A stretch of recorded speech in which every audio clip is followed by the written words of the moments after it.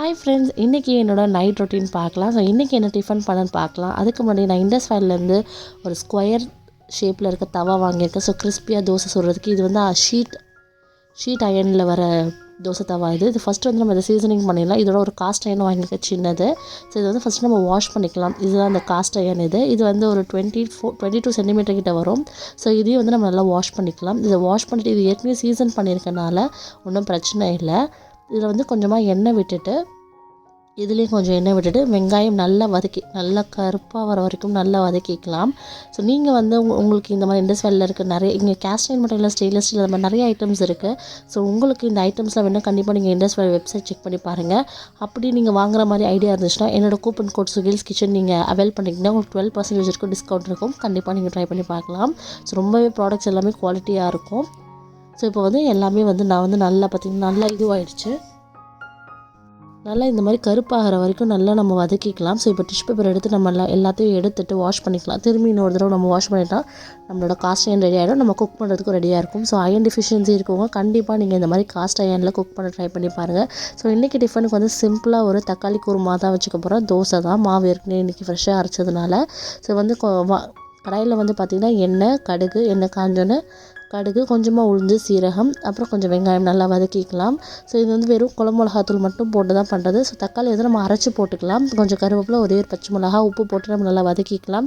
So caste அயனால் நம்மளுக்கு சீக்கிரமாகவே cook ஆயிரும். ஸோ அயன் டிஃபிஷியன்சி இருக்கவும் கண்டிப்பாக நீங்கள் காஸ்ட் அயன் இது யூஸ் பண்ணிக்கலாம். அது நல்லா வதக்கிடுச்சு. இப்போ வந்து நம்ம தக்காளியும் போட்டு நம்ம நல்லா வதக்கிக்கலாம். அந்த எண்ணெய் பிரிகிற வரைக்கும் நல்லா வதக்கிக்கலாம். இது உங்களோட கொள்ளு பேத்தி கூட நீங்கள் கொடுக்கலாம் இந்த காஸ்ட் அயனை கிஃப்டாக உங்களுக்கு. ஸோ அந்த அளவுக்கு வந்து உங்களுக்கு வந்து லைஃப் சேவிங் ஒன் டைம் இன்வெஸ்ட்மெண்ட்டாக இருக்கும் காஸ்ட் அயன் பொறுத்த வரைக்கும். ஒரு டேபிள் ஸ்பூன் அளவுக்கு குழம்பு மிளகாய் தூள் மட்டும் நம்ம போட்டு நல்லா வதக்கிக்கலாம் பச்சை வாசனை போகிற வரைக்கும். ஸோ இந்த குழம்பு நீங்கள் எத்தனை பேர் இருக்கீங்களோ அது தகுந்த மாதிரி வெங்காயம் தக்காளி எல்லாம் போட்டு வதக்கிட்டு தண்ணியாக அந்த அளவுக்கு போட்டு நீங்கள் யூஸ் பண்ணிக்கிட்டீங்கன்னா ரொம்பவே நல்லாயிருக்கும். தக்காளி குழம்பு தோசை, இட்லி, பூரி, சப்பாத்தி எல்லாத்துக்குமே நல்லாயிருக்கும். கண்டிப்பாக நீங்கள் ட்ரை பண்ணி பாருங்கள். ரொம்ப சிம்பிள் அண்ட் ஈஸியாக இருக்கும். அதுவும் இந்த மாதிரி காஸ்ட் அயனில் ட்ரை பண்ணி பார்த்தீங்கன்னா ரொம்ப டேஸ்ட்டே வந்து நல்ல ஒரு வித்தியாசமான டேஸ்ட்டில் இருக்கும். கண்டிப்பாக நீங்கள் ட்ரை பண்ணி பாருங்கள். ஸோ இது மட்டும் இந்த மாதிரி காஸ்ட் அயனில் நிறைய வெரைட்டிஸில் கிரில் பேன் தவா, தோசை தவா அந்த மாதிரி நிறைய வெரைட்டிஸில் இருக்குது. கண்டிப்பாக நீங்கள் இண்டஸ் வேலி வெப்சைட்டில் செக் பண்ணி பாருங்கள். ஸோ நம்மளோட சிம்பிளான பார்த்திங்கன்னா நல்லா நுரைச்சி வந்துருச்சு. இந்த டைமில் நம்ம கொத்தமல்லி தலை போட்டு கொஞ்சமாக லாஸ்ட்டில் கொஞ்சமாக எண்ணெய் விட்டோம்னா நம்மளுக்கு சூப்பரான தக்காளி குருமா ரெடி ஆகிடும். கண்டிப்பாக நீங்கள் ட்ரை பண்ணி பார்த்துட்டு எப்படி மறக்காமல் எனக்கு கமெண்ட் செக்ஷனில் சொல்லுங்கள். ஸோ நம்மள லாஸ்ட்டாக பார்த்திங்கன்னா ஒரு டீஸ்பூன் அளவுக்கு நம்ம ஆயில் இது மாதிரி ட்ரிசில் பண்ணிக்கலாம். ஸோ பார்த்திங்கன்னா நம்மளோட தக்காளி குருமாவும் ரெடி ஆகிடுச்சு. இப்போ டக்குன்னு வந்து காஸ்ட் அயன் பொறுத்த வரைக்கும் நம்ம குக் பண்ணிவிட்டு நம்ம டக்குன்னு வந்து வேறு இதில் ட்ரான்ஸ்ஃபர் பண்ணி வச்சிடலாம். ஸோ இன்னும் நம்மளுக்கு ரொம்பவே லைஃப்பில் வரும். ஸோ நான் டக்குன்னு வந்து இதை எடுத்துகிட்டு உடனே கையோடு நம்ம வாஷ் பண்ணி வச்சிடலாம். ஸோ உங்களுக்கு வந்து டக்குன்னு துரு பிடிக்கிறது எதுவுமே ஆகாது.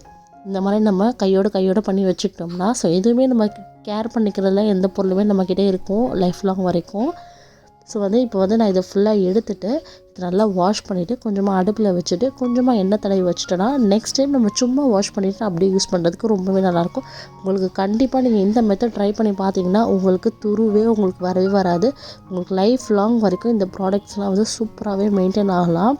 ஸோ இது வந்து காஸ்ட் அயனில் நான்ஸ்டிக் கோட்டிங். இது நான்ஸ்டிக் மாதிரியே இருக்கும். இது ரொம்ப சூப்பராக இருக்கும். நான்ஸ்டிக் கோட்டிங் கிடையாது, நான்ஸ்டிக் மாதிரியே நல்லாயிருக்கும், ஒட்டாமல் வரும். ஸோ ரொம்பவே சூப்பராக இருக்கும். ஸோ இப்போ இந்த ஸ்கொயர் தோசை தவால நம்ம சூப்பராக தோசை ஊற்றி பார்க்கலாம். நான் ஃபஸ்ட்டு ஒரு தோசை சுடும் போதே நான் பயந்துக்கிட்டே தான் சுட்டேன். ஆனால் ஒரு தோசை சூப்பராக வந்துச்சு. கண்டிப்பாக நீங்கள் ட்ரை பண்ணி பாருங்கள். நான் வெங்காயம்லாம் தடவலை, உங்களுக்கு வேணும் நீங்கள் வெங்காயம் கூட நீங்கள் தடவிக்கலாம்.